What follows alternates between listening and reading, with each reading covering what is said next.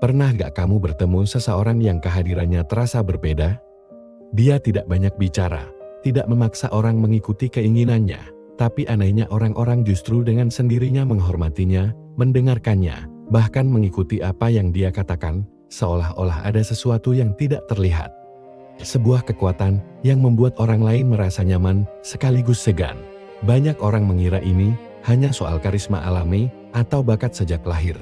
Padahal sebenarnya ada teknik psikologi sederhana yang diam-diam digunakan oleh orang-orang berpengaruh di dunia. Teknik ini bukan manipulasi, bukan juga paksaan, justru sebaliknya.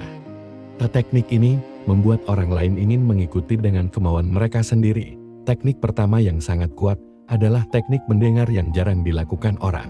Kedengarannya sederhana, tapi kenyataannya sangat sedikit orang yang benar-benar bisa melakukannya. Di zaman sekarang, hampir semua orang ingin didengar, ingin dianggap penting, ingin ceritanya diperhatikan, tetapi sangat sedikit yang benar-benar memberi perhatian penuh kepada orang lain. Ketika seseorang berbicara denganmu, dan kamu benar-benar mendengarkannya, bukan sekadar menunggu giliran bicara sesuatu yang menarik, mulai terjadi di dalam pikirannya, otaknya mulai mengasosiasikan dirimu dengan rasa nyaman. Dia merasa dihargai, merasa dipahami, dan tanpa sadar mulai membuka dirinya lebih dalam. Dalam psikologi, ini disebut validasi emosional. Ketika seseorang merasa divalidasi, dia akan jauh lebih terbuka terhadap pengaruhmu. Bahkan dalam banyak kasus, orang akan lebih mudah setuju dengan seseorang yang membuatnya merasa didengar. Orang yang menguasai teknik ini biasanya tidak memotong pembicaraan, tidak buru-buru memberi nasihat, dan tidak langsung menghakimi.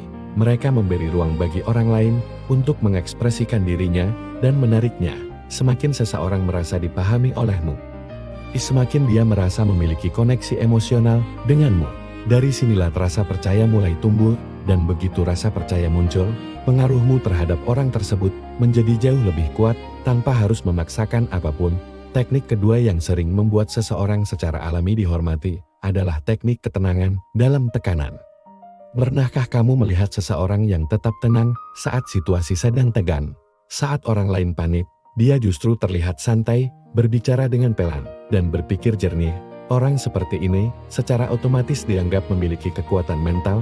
Dalam psikologi sosial, manusia cenderung mengikuti orang yang terlihat paling stabil secara emosional, karena secara naluri kita percaya bahwa orang yang tenang di tengah kekacauan kemungkinan besar tahu apa yang sedang dia lakukan. Ketenangan seperti ini menciptakan aura kepemimpinan yang sangat kuat. Kamu tidak perlu meninggikan suara untuk didengar. Kamu tidak perlu memaksa orang lain mengikuti keinginanmu.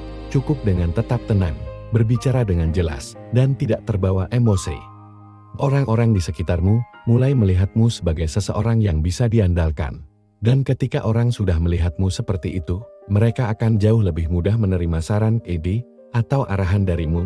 Hal menarik dari teknik ini adalah bahwa ketenangan seringkali lebih berpengaruh daripada kekuatan. Orang yang berteriak biasanya justru dianggap kehilangan kendali. Tetapi orang yang tetap tenang justru terlihat memiliki kendali penuh. Itulah sebabnya banyak pemimpin besar dalam sejarah dikenal karena sikap mereka yang tenang dalam menghadapi tekanan. Teknik ketiga adalah teknik rangkaan yang menciptakan rasa penasaran. Dalam psikologi manusia, sesuatu yang terlalu mudah didapat seringkali dianggap kurang berharga. Sebaliknya, sesuatu yang jarang muncul justru terasa lebih menarik. Ini berlaku dalam banyak hal dalam bisnis, pertemanan, bahkan hubungan. Orang yang selalu tersedia setiap saat seringkali dianggap biasa saja. Tetapi orang yang memiliki kehidupannya sendiri, yang tidak selalu muncul, justru sering membuat orang lain penasaran.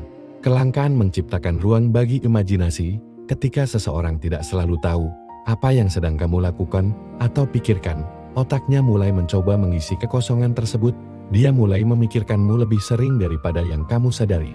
Bukan karena kamu memaksanya, tetapi karena pikirannya sendiri yang terus kembali kepadamu.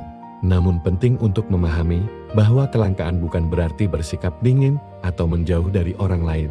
Kelangkaan yang efektif datang dari kehidupan yang penuh, dari seseorang yang memiliki tujuan, aktivitas, dan pasien yang membuat waktunya berharga.